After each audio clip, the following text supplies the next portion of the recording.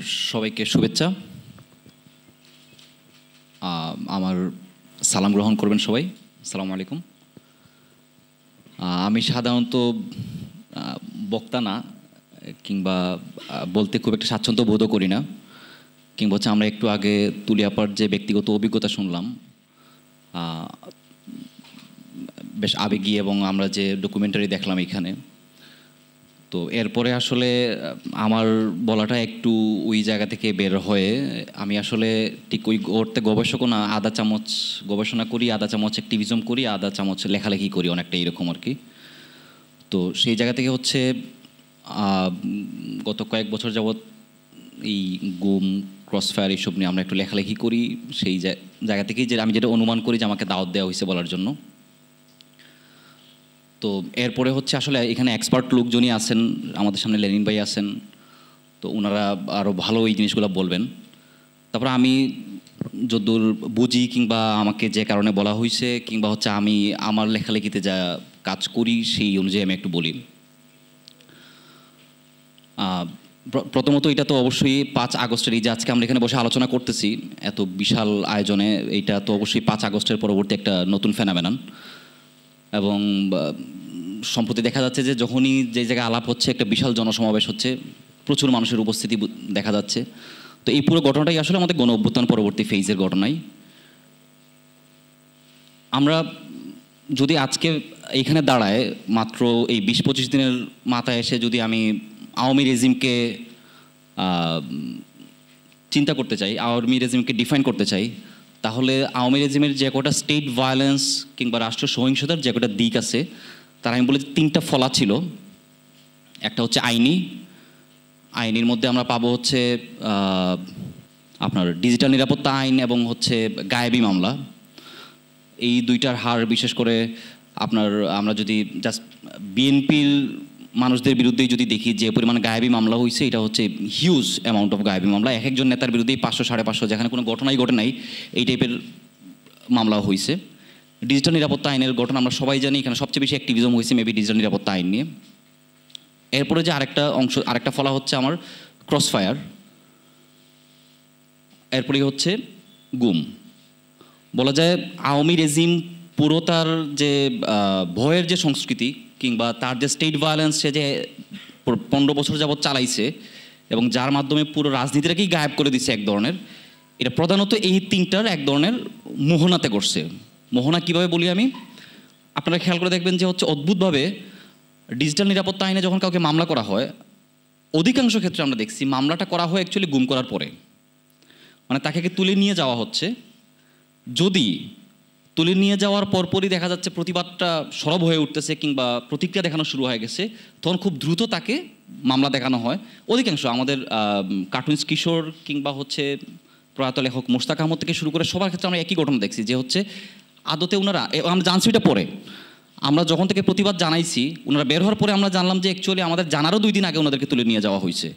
ফলে সেই জায়গা থেকে আসলে এমনকি যারা ক্রসফায়ারের শিকার হয়েছেন, একটা বড় অংশকে আমরা দেখি যে আসলে তাদেরকে তুলে নিয়ে যাওয়া হয়েছে আমাদের জানার আগেই, এবং তারপরে হচ্ছে গিয়ে তাকে ক্রসফায়ার দেওয়া হচ্ছে।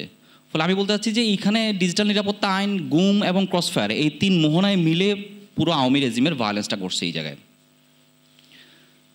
এবং আমরা যদি যেহেতু গুম নিয়ে আলাপ করব, গুমকে যদি ধরেন আমি করি যে 2009 থেকে, খুব রিসেন্ট যে হিসাবটা দেখলাম, যে 2009 থেকে 2023 সাল পর্যন্ত জাস্ট ক্রসফায়ারের শিকার হয়েছেন 2699 জন, এবং গুমের শিকার হয়েছেন 677 জন, আর কাস্টোডিয়াল ডেথের সংখ্যা হচ্ছে 1048 জন। এই হচ্ছে টোটাল হিসাব। আমরা আসলে কল্পনাও করতে পারি না এটা কত বিশাল সংখ্যা।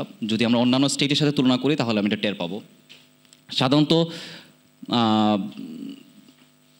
যে কোনো রাষ্ট্রীয় ইতিহাসেই এই যে এনফোর্স ডিসঅ্যাপিয়ারেন্স কিংবা হালকা পাতলা 1-2টা ঘটনা যেটা ঘটে, কিন্তু খুব সিস্টেমেটিক কায়দায় 70-এর দশক থেকে আমরা দেখি, বিশেষ করে লাতিন আমেরিকার দেশ থেকে যখন শুরু হয়, যে হচ্ছে সিস্টেমেটিক কায়দায় আপনার অপোনেন্টকে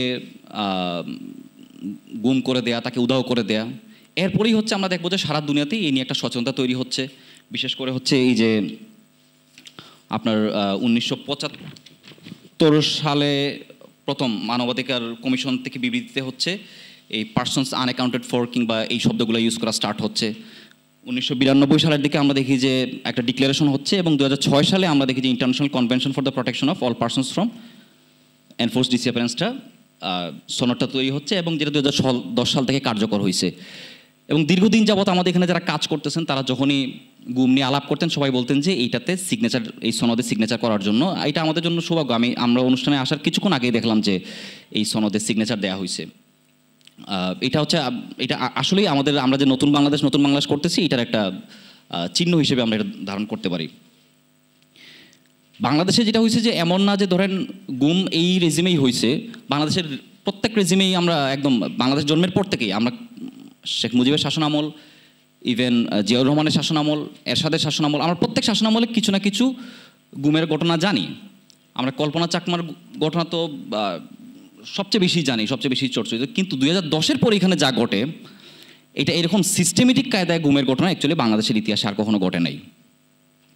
সেই সিস্টেমেটিক কায়দা যেমন হচ্ছে আপনার কোন জায়গা থেকে বলতেছি যে আপনার যারা এটা নিয়ে কাজ করছেন বিভিন্ন কেস স্টাডিজ নিয়ে দেখা যাচ্ছে যে অধিকাংশই রাজনৈতিক বিরোধী কিংবা হচ্ছে আপনার ব্যবসায়ী গোত্র স্টুডেন্টরা যাচ্ছেন। এবং খেয়াল করে দেখেন এটা এতটাই সিস্টেমেটিক যে ক্রসফায়ার যখনই আলাপ করা হয় তখন হচ্ছে যখন আমাদের ইয়েদের কাছে বলা হইতো যে হচ্ছে আপনার স্টেট পারসন, রাষ্ট্রীয় কর্তা ব্যক্তিরা, তারা কিন্তু ক্রসফায়ারটাকে আসলে ঠিক অস্বীকার করতেন না। তারা যে কাজটা করতেন ক্রসফায়ারের কিংবা এই টাইপের বিচার বহির্ভূত হত্যাকাণ্ড যারা বলে তাকে হচ্ছে এটার একটা উপযোগিতা সবসময় বলার চেষ্টা করতেন। যেমন আমরা দেখছি অনেক সংসদেও বলা হয়েছে যে হচ্ছে আল্লাহকে আমি উজির নাজির ডেকে বলতেছি, এদেরকে ক্রসফায়ার দেওয়া উচিত। আমরা পত্রিকায় প্রচুর কলাম দেখছি যে হচ্ছে মাদক দ্রব্যের এই মাদক ব্যবসায়ীদের যেমন ক্রসফায়ারে দেওয়া হচ্ছে, যারা হচ্ছে দ্রব্যমূল্যের ইয়েতে সিন্ডিকেটে কাজ করে ওদেরকে ক্রসফায়ারে দেওয়া হোক। মানে হচ্ছে ক্রসফায়ারের পক্ষে আপনার কর্তা ব্যক্তি কিংবা আমাদের প্রপাগান্ডিস্টরা অল দ্য টাইম এক ধরনের ক্রসফায়ারের উপযোগিতার আলোচনা করছেন এখানে। কিন্তু গুমের ক্ষেত্রে যেটা হয়েছে যে ওনারা ঠিক উপযোগিতাও করেন নাই, ওনারা অস্বীকারও করেন নাই। ওনারা যেটা করছেন, ওনারা বলছেন যে এটা আসলে অন্যান্য দুনিয়াতেও হচ্ছে, দেশের অন্যান্য জায়গায় হচ্ছে, ফলে এখানে এটা খুবই নর্মাল একটা বিষয়। ক্রসফায়ারের ক্ষেত্রেও ওনারা নর্মালাইজেশন করতে করেন নাই, উপযোগিতা খোঁজার চেষ্টা করছেন, এটা জাস্টিফিকেশন হাজির করার ট্রাই করছেন, কিন্তু এমন একটা বাস্তবতা তৈরি করার চেষ্টা করছেন যেখানে পিপুলস অটোমেটিক্যালি তাকে এটা ক্রসফায়ারের পক্ষেই কথা বলা স্টার্ট করে। আমরা দেখছি যে সোশ্যাল মিডিয়াতে যে পরিমাণ ক্যাওস হইতো শুরুর দিকে, একটা বড় অংশই হচ্ছে আমরা এমন একটা জায়গায় নিয়ে গেছিলাম পুরো জায়গাটাকে, আপনার বিচার ব্যবস্থা থেকে শুরু করে সব কিছু। সো লোকেই একসময় ভাবা শুরু করছে okay fine, Crossfire is good, এই জায়গায় নিয়ে যাওয়া হয়েছিল। পক্ষান্তরে আমরা দেখি যে গুমের ক্ষেত্রে যেটা হচ্ছে বারে বারে, যেমন হচ্ছে আপনার 2017 সালে যখন স্বরাষ্ট্রমন্ত্রী বলতেছেন যে কিছু লোক স্বেচ্ছায় নিখোঁজ হয়ে যাচ্ছেন, কিংবা হচ্ছে আমার শেখ হাসিনা বলতেছিলেন তখন যে আমেরিকা ব্রিটেনেও তো গুম হয়। পুলিশ প্রধান আরেকটাটি সরেশ উনি আবার বললেন যে একদম ব্রিটিশ আমল থেকেই আসলে এখানে গুম হচ্ছে। অর্থাৎ ওনারা কেউই আসলে গুমের ঘটনাটাকে অস্বীকার করেন নাই। ওনারা যেটা করে ফেলছেন এটা হচ্ছে যে স্টেট মেকানিজমের সাথে একটা অনিবার্য, মানে এইটা হচ্ছে একটা অনিবার্য পরিণতি, কিংবা হচ্ছে এটা খুবই নর্মাল একটা বিষয়, সারা দুনিয়াতে হচ্ছে, ফলে এইখানে হবে, এই জায়গায় ওনারা নিয়ে চলে আসছিলেন। এখন দেখেন যখন এই একটু আগে আপা যখন বলছিলেন যে কিংবা কিছু প্রশ্ন আসছিলেন যে আপনারা মামলা করছেন কিনা কিংবা মামলা করার সময় কি হয়েছিল, একটা বড় বিষয় হচ্ছে দেখা যায় যে এটা খুবই কমন, যতগুলো কেস স্টাডিতে যারা কাজ করছেন কিংবা যতগুলো কেস স্টাডি পাওয়া যায়, প্রত্যেকটা কেস স্টাডিতে দেখা যায় যে হচ্ছে তুলে নিয়ে যাওয়া হচ্ছে আপনার শুরুর দিকে আসলে কোনো বাহিনীর পরিচয় নিয়ে যাওয়া হইতো, কিংবা হচ্ছে কখনো লেখাও থাকতো পিছনে ডিবি কিংবা র্যাব। শেষের দিকে আসলে অধিকাংশই কেসগুলো হচ্ছে আপনার সাদা পোশাকে তুলে না যাওয়া হইতো, এবং প্রায়শই মামলা নেওয়া হতো না। মতলব আপনার একদম ইয়েই করা হতো না, আপনার কেউ যখন গিয়ে জিজ্ঞেস করতো থানা অস্বীকারই করতো, একদম র্যাব পরিচয় তুলে নিয়ে যাওয়ার পরও আসলে অস্বীকারই করা হতো। আবার কখনো কখনো এরকম ঘটনাও দেখা যায় যেখানে হচ্ছে আপনার শুধু অস্বীকার করে নাই, বলছে যে যদি পত্রিকায় আসে তাহলে হচ্ছে আমরা এটা মামলা নেব। আবার পরিবাররা ভয়ে পত্রিকায় জানাইতে পারতেন না যে যদি এখানে পত্রিকায় জানানোর পর যদি আবার কেন এটা নিয়ে বাইরে আলোচনা করলাম, যেহেতু যার স্বজন হারাচ্ছে সে নানা তরিকায়, সে যে সবসময় যে আসলে আপনার বিরুদ্ধে দাঁড়াই মুভমেন্টে চলে যাবে এরকমও না, সে নানা কায়দা কানুন করে চেষ্টা করে, নেগোসিয়েশন করে চেষ্টা করে আমার প্রিয়জন যেন ফিরে আসেন। ফলে দেখা যাচ্ছে অনেক সময় তিনি পত্রিকার কাছেও যাচ্ছেন না, যে যদি পত্রিকার কাছে যাওয়ার পরে যদি আবার পুলিশ কিংবা আরও বাজে বিহেভ করে, ফলে দেখা গেছে যে একটা অদ্ভুত শূন্যতার মধ্যে পড়ে যাইতেন ওনারা, যে হচ্ছে থানায় যখন যাচ্ছেন থানা বলতেছে যে যদি পত্রিকায় আসে তখন আবার ওনার পত্রিকায় যাইতে পারতেন না, আবার পত্রিকাওয়ালারা হচ্ছে মানে মিডিয়া হচ্ছে অনেক সময় থানার ইয়ে ছাড়া গুমের রিপোর্টও করতে পারতেন না। আমরা যত সময় গেছে দেখছি যে হচ্ছে গুম নিয়ে রিপোর্ট করার প্রবণতা তত বাড়ছে। গুম নিয়ে আমাদের একজন প্রিয় অ্যানথ্রোপোলজিস্ট বখতিয়ার স্যার একটা কথা বলছিলেন যে গুমের একদম প্রথম ইয়েই হচ্ছে সে আইনকে কলা দেখায়। আইনকে কলা দেখায় মানে হচ্ছে উনি যেটা বলতে চাচ্ছিলেন যে ধরেন সে প্রথমেই যে কাজটা করবে এটা হচ্ছে একদম আইনের বাইরে গিয়ে। এখন আইনের বাইরে গিয়ে বলতে আমি আরেকটা জিনিস একটু বলি, এটা হচ্ছে আমাদের এখানে ক্রসফায়ারকেও সাধারণত বলা হয় যে বিচার বহির্ভূত হত্যাকাণ্ডই। তো আমরা বারে বলার চেষ্টা করছিলাম যে এটা বিচার বহির্ভূত হত্যাকাণ্ড, অবশ্যই বিচার প্রক্রিয়ার বাইরে দিয়ে হচ্ছে। বাট অদ্ভুতভাবে আমরা যখন একদম সিরাজ শিকদারের প্রেস নোট থেকে শুরু করে বিএনপি আমলের প্রেস নোট থেকে শুরু করে ইভেন এই যে সিস্টেমেটিক কায়দায় গত 15 বছরে যেটা হয়েছে, তখন আমি যদি ক্রসফায়ারের প্রেস নোটগুলো খেয়াল করি তখন দেখি যে অদ্ভুতভাবে প্রত্যেকটা প্রেস নোটের তার ল্যাঙ্গুয়েজ, তার বর্ণনা, তার ভাষা, তার বক্তব্য পুরোপুরি সমান। কি যে গ্রেফতার করছি, অস্ত্র উদ্ধার কিংবা সঙ্গীদের উদ্ধার করতে গেছি, তারপর হচ্ছে আপনার কি জানি বলে ঠিক তখনই হচ্ছে পলায় যাইতে চাইছে, ওই পাশ থেকে গুলি আসছে, এই পাশ থেকে গুলি ছোড়া হয়েছে আত্মরক্ষার্থে এবং তিনি মারা গেছেন, এবং মারা যাওয়ার পরে তার হাতে অনেকগুলো অস্ত্র পাওয়া গেছে এবং তার নামে অনেক মামলা আছে। এইটা একদম আপনার যে সিরাজ শিকদারের যে প্রেস নোটটা পাবলিশ হয়েছে সিরাজদের মারা যাওয়ার ওইটাও আপনারা দেখেন, প্লাস হচ্ছে আপনারা এই সময়ে যত প্রেস নোট আছে এগুলোও দেখবেন যে অদ্ভুতভাবে সব সমান। তখন আমাদের মনে একটা নর্মাল কিউরিওসিটি ছিল, কেন প্রেস নোট কেন এত সমান হচ্ছে, কেন স্টোরিটাকে রাষ্ট্রপক্ষ কি চাইলে স্টোরিটাকে আরও সুন্দর করতে, মানে সে তো আরও লুক্রেটিভ করতে পারতো, কিন্তু সে কেন একই জায়গায় যাচ্ছে। তখন আমরা যেটা দেখলাম যে আসলে আমাদের সংবিধান, আমাদের পেনাল কোডে এমন কিছু ধারা আছে যে ধারাগুলো আসলে এই বয়ানে বক্তব্য দিলে এটা জাস্টিফাই করা সম্ভব। যেমন যে আমাদের সবচেয়ে যে ধারাটা আছে, যেমন হচ্ছে আমরা আইন অনুযায়ী ব্যতীত জীবন স্বাধীনতা সংগ্রাম করা যাবে, বাক্যটাকে উল্টো পড়লেই হবে যে আইন অনুযায়ী করলেই যাবে। সো পেনাল কোডে ধরেন জাস্ট সিম্পল সরল মনে বিশ্বাসের যেটা, এটা খুবই ইজিলি দিয়ে দেয়। কিংবা হচ্ছে আপনার সংবিধানের খুব সম্ভব 46 ধারাতে যেটা আছে যে হচ্ছে জাতীয় শৃঙ্খলার প্রয়োজনে কিংবা হচ্ছে জাতীয় মুক্তির প্রয়োজনে যদি এরকম কোনো অ্যাকশনে আইন শৃঙ্খলা বাহিনী যায় তাহলে সে এখান থেকে দায় মুক্তি পাবে, এরকম জিনিস এটা আছে। সো এই টাইপের প্রত্যেকটা ঘটনায় সে এমনভাবেই সাজায় যেটা হচ্ছে আসলে সে সংবিধানের ভেতর থেকেই তার জাস্টিফিকেশনটাকে সে তুলে আনতে পারে। সো এই জায়গা থেকে আমি বলতেছি যে হচ্ছে ঠিক বিচার বহির্ভূত বলতে আমি যদি বিচার প্রক্রিয়া বহির্ভূত বলি, দ্যাটস ট্রু, কিন্তু আবার একই সাথে এইটাও একটু মাথায় রাখা উচিত যে এইটাকে জাস্টিফাই করার মতো তাদের হাতে সাংবিধানিকও বেশ ধারা কিংবা পেনাল কোডের বিভিন্ন জিনিসপত্র আছে। তো আমাদের যুক্তি ছিল যে এই যে প্রেস নোটের যাবতীয় ভাষা, যাবতীয় বক্তব্য সব সমান, এর প্রধান কারণ হচ্ছে এর একটা জাস্টিফিকেশন লুকায় আছে, হচ্ছে সম্ভাব্য জাস্টিফিকেশন লুকায় হচ্ছে আমাদের সংবিধান কিংবা আমাদের মধ্যেই। গুমের ক্ষেত্রে আবার এই ঘটনাটা ঘটে নাই। গুমের ক্ষেত্রে যেমন হচ্ছে ওই যে তার শুরুই হয়ে আসলে আইনকে কলা দেখায়, আর এখানে যেটা হয়েছে যে আমরা দেখছি ডিজিটাল নিরাপত্তা আইনের সাথে গুমের একটা ওতপ্রোত সম্পর্ক তৈরি হয়ে যাচ্ছে, এবং এইটা এমন একটা কমন সেন্স তৈরি হয়ে গেছে। খোদ উনারাই বলতেন যে আমরা তো জাস্ট জিজ্ঞাসাবাদের জন্য তুলে নিয়ে গেছি, গুমটাকে এত বেশি নর্মালাইজ করে ফেলা হইলো, কিংবা আমরা তো জাস্ট কয়েকটা, যেমন আমার মনে আছে একবার কোনটা মেডিকেলে আন্দোলন চলতেছিল, তখন হচ্ছে একটা প্রোগ্রামে একজন পুলিশ অফিসার বলতেছিলেন যে আপনার তো আপনাদেরই একজন কলিগকে নিয়ে গেছিলাম কিছু কোয়েশনের জন্য, আপনারা তো আন্দোলন শুরু করে দিলেন। তো খেয়াল করে দেখেন, এই যে তুলে নিয়ে গেলাম নিরাপত্তার জন্য, আপনারা আন্দোলন শুরু করে দিলেন, এই যে এইটাও যে একটা মানে ভয়াবহ একটার জন্য ঘটনা, এটাকে জাস্ট হচ্ছে নিরাপত্তা কিংবা হ্যানত্যান এইসব অজুহাতে পুরোপুরি নর্মালাইজ করে ফেলা হইল। দ্বিতীয়ত দেখেন, আরেকটা জায়গা থেকে আমার মনে আছে বেশ কয়েক বছর আগে আরেকজন ভিক্টিমেরই শুনতেছিলাম যে হচ্ছে মাননীয় প্রধানমন্ত্রী আপনি আমাকে জানান আমি সদবা নাকি বিধবা। তো এই বাক্যটা আসলে নানা জায়গা থেকে খুবই গুমের ভয়াবহতা বলেন, নির্মমতা বলেন, এটার একটা আমি বলি যে এটার একটা ভয়াবহ করুণ চেহারা এটাতে ফুটে ওঠে।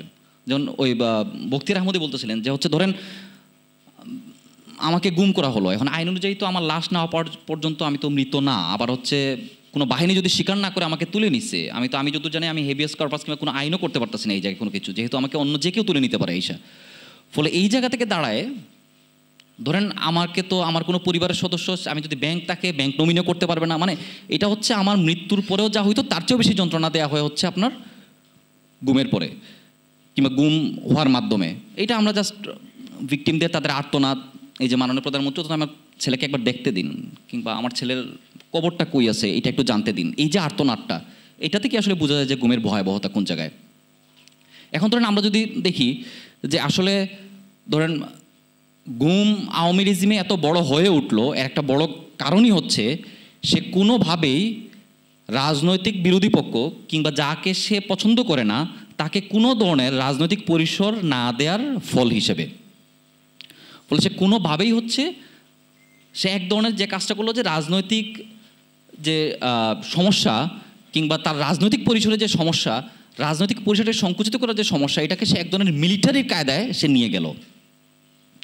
মিলিটারি কায়দায় সে যখন নিয়ে যাচ্ছে, দেখা গেছে যে আমাদের এখানে গোয়েন্দা বাহিনী থেকে শুরু করে এজেন্সিগুলোর প্রধান সক্রিয় ভূমিকা। যেমন একটু আগে ভাই জিজ্ঞেস করছিলেন যে হচ্ছে র্যাবকে কি নিষিদ্ধ করবেন কিনা, কিংবা র্যাবকে এখন ধরেন 2011-12 সাল থেকে দেখতেছি হচ্ছে আপনার ইউনাইটেড হিউম্যান রাইটস অর্গানাইজেশনরা র্যাবকে নিষিদ্ধের কথা বলতেছে, কিন্তু আপনি যদি পরিসংখ্যানে দেখেন অদ্ভুতভাবে যে এখানে গুম এবং ক্রসফায়ারের ক্ষেত্রে র্যাবের চেয়ে পুলিশের সম্পৃক্ততা বেশি। আপনি 2010 থেকে 2023-এর পরিসংখ্যানগুলো দেখেন, অদ্ভুতভাবে দেখবেন যে যদিও আমাদের ক্রসফায়ার হচ্ছে র্যাবই ইনভলভমেন্ট বেশি, কিন্তু আদতে দেখবেন যে পুলিশের ইনভলভমেন্টটা, যতগুলো নন কেস পাওয়া যায় পুলিশের ইনভলভমেন্ট অনেক বেশি। তাহলে আমরা এখন আসলে কোন দিকে যাব? আমরা কি নিষিদ্ধের দিকে যাব? এটা খুবই জটিল আলাপ, এটা আসলে ইয়ারাই ঠিক করবেন। কিন্তু এই মুহূর্তে আমি আসলে কি আলাপ করতে পারি? আমি আসলে বিচারের আলাপটা করতে পারি এই মুহূর্তে। একটু আগে যিনি বললেন যে এটা ট্রু, যে আমি যদি শেখ হাসিনার রেজিমের বিরুদ্ধে আইনি নিতে চাই, তাহলে এনফোর্স ডিসঅ্যাপিয়ারেন্স কিংবা এই গুমের মামলা হবে সবচেয়ে স্ট্রংগেস্ট মামলা। এখন দেখেন, এই যে বিচার করতে গেলে আমার বেশ কিছু ধরেন